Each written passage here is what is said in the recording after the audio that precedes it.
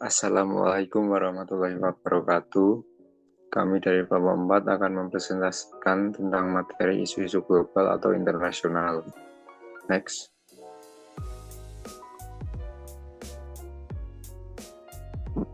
Anggota dari kelompok 4, yang pertama ada Vando Ardan, NPM 68, Sabur Satantoro, NPM 69, Rivaldi Manudin, NPM 76, Danang Rudi, NPM 77, Ajun Rizky, NPM 93, dan Syarul Ridho, NPM 114. Next.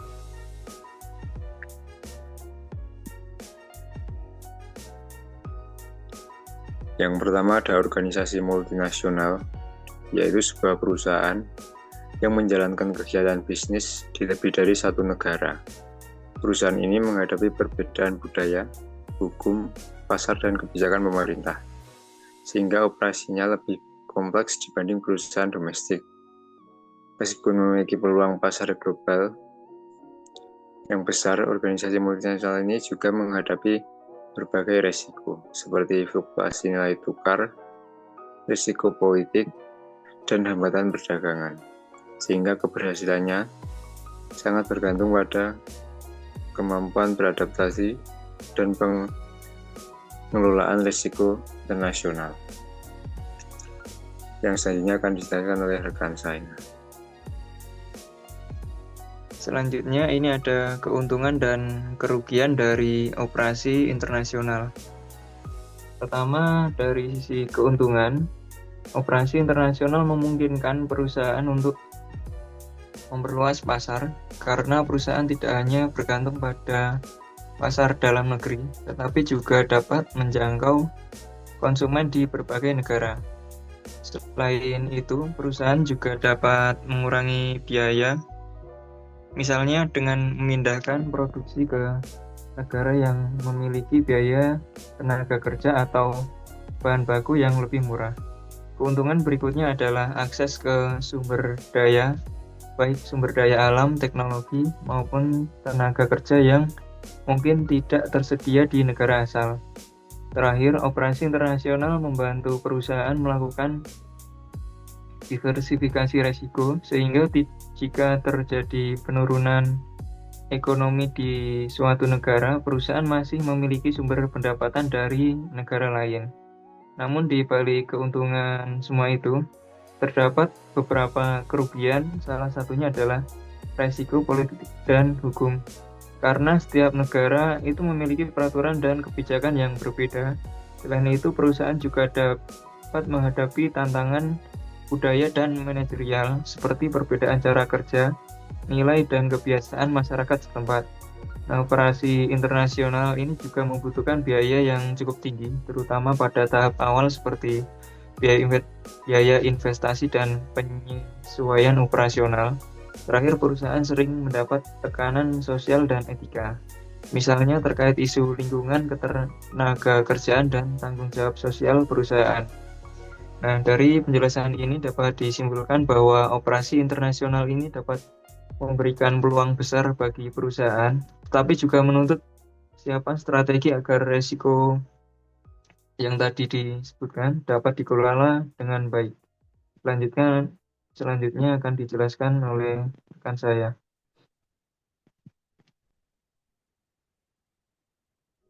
Oke, untuk selanjutnya tantangan global.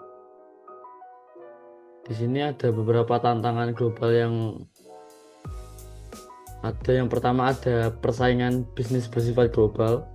Jadi saat ini perusahaan tidak hanya bersaing dengan perusahaan dalam negeri, tetapi juga dengan perusahaan dari berbagai negeri.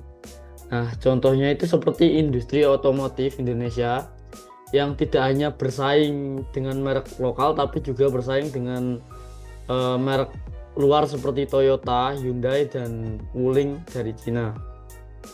Selanjutnya ada tantangan ekonomi dunia semakin terintegrasi melalui perdagangan, teknologi, dan modal.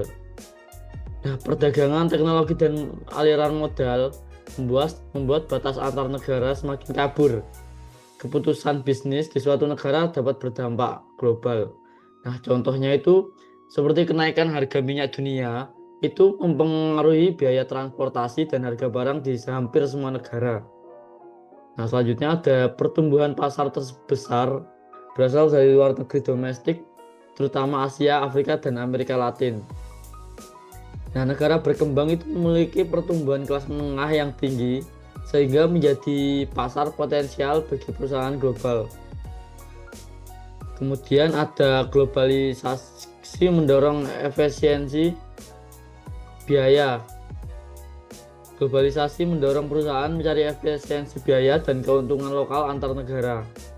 Perusahaan mencari lokasi produksi dengan biaya paling rendah dan sumber daya terbaik agar dapat bersaing secara harga.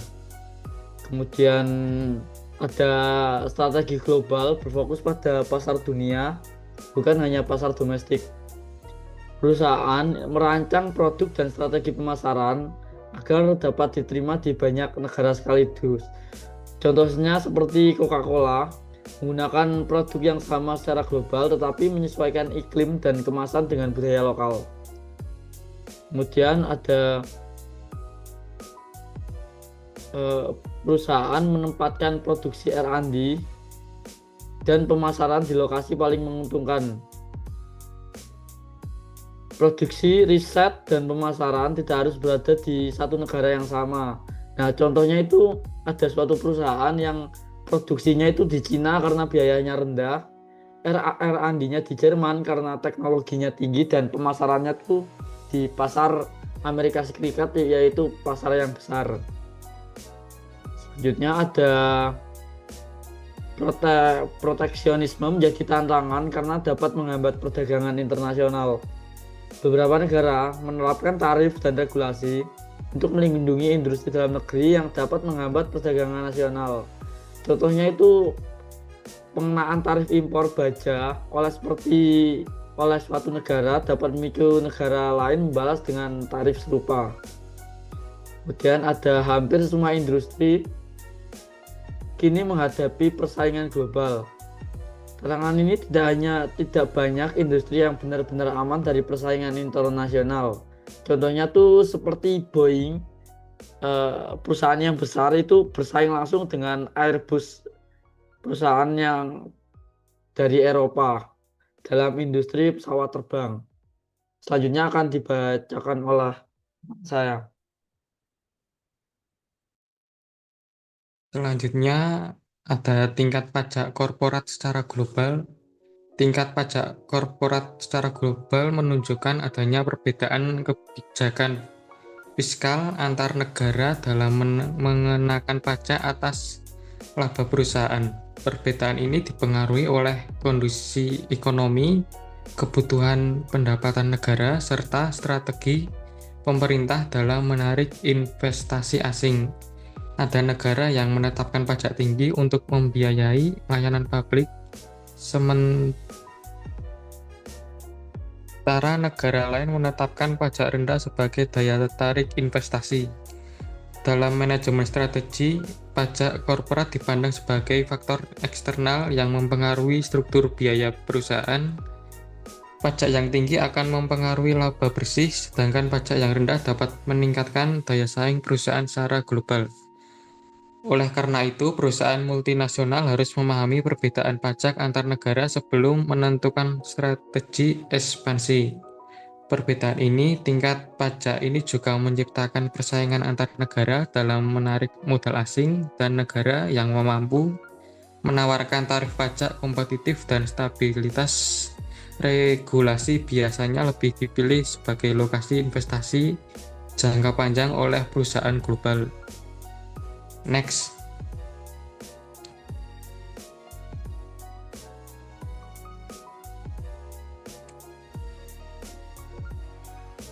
Selanjutnya, pajak korporat sebagai faktor strategis dalam keputusan investasi.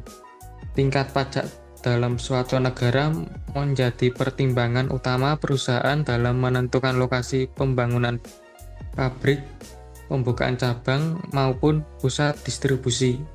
Pajak yang lebih rendah memungkinkan perusahaan menekan biaya produksi dan meningkatkan keuntungan, sehingga negara tersebut menjadi lebih menarik bagi investor asing. Sebaliknya, pajak korporat yang terlalu tinggi dapat menghambat keputusan investasi karena meningkatkan beban biaya perusahaan. Kondisi ini dapat mendorong perusahaan untuk menunda investasi atau memindahkan kegiatan operasional ke negara lain yang menawarkan insentif pajak yang lebih baik.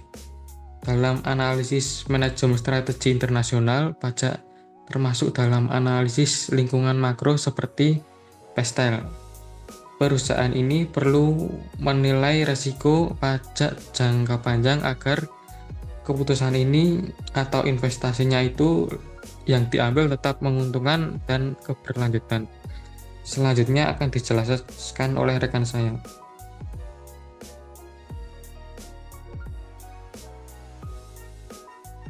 Oke, yang selanjutnya ada dampak pajak tinggi terhadap perusahaan multinasional. Nah, perusahaan multinasional memiliki fleksibilitas dalam mengatur struktur organisasinya di berbagai negara. Ketika menghadapi pajak tinggi, perusahaan dapat mengubah struktur operasi atau keuangan untuk meminimalkan kewajiban pajak yang harus dibayarkan.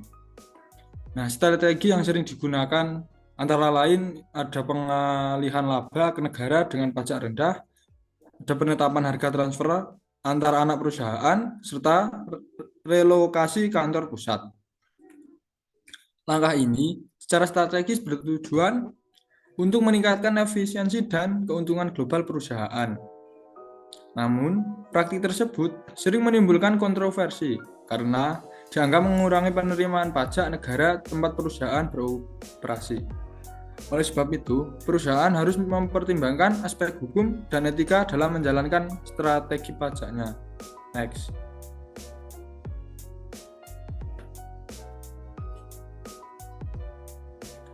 Selanjutnya ada fenomena tax haven.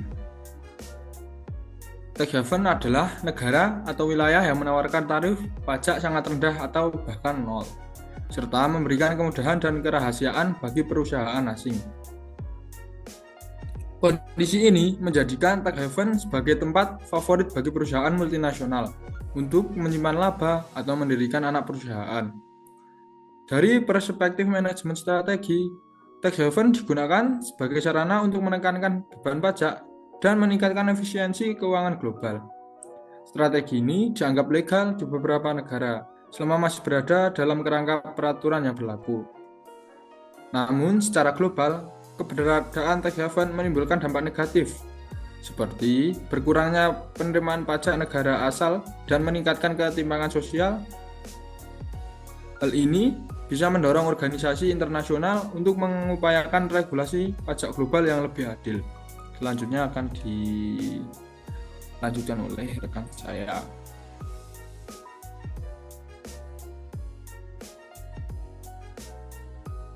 Ya, selanjutnya ada implikasi pajak korporat global terhadap manajemen strategi.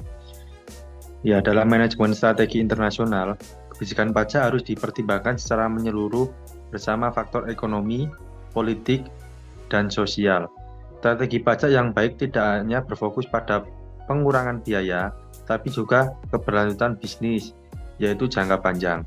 Perusahaan yang terlalu agresif dalam menghindari pajak berisiko menghadapi sanksi hukum, tekanan publik, dan kerusakan reputasi. Hal ini dapat berdampak negatif terhadap kepercayaan konsumen dan investor.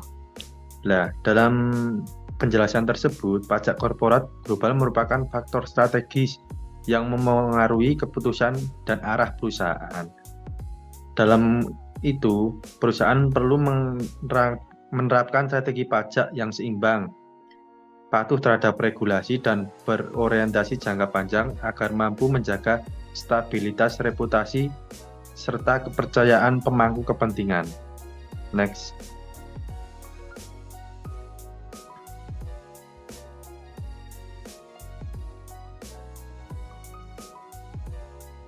Yang terakhir ada kesimpulan dalam PPT yang kami jelaskan, yaitu isu-isu global atau internasional memiliki pengaruh yang sangat besar terhadap keberhasilan strategis suatu organisasi.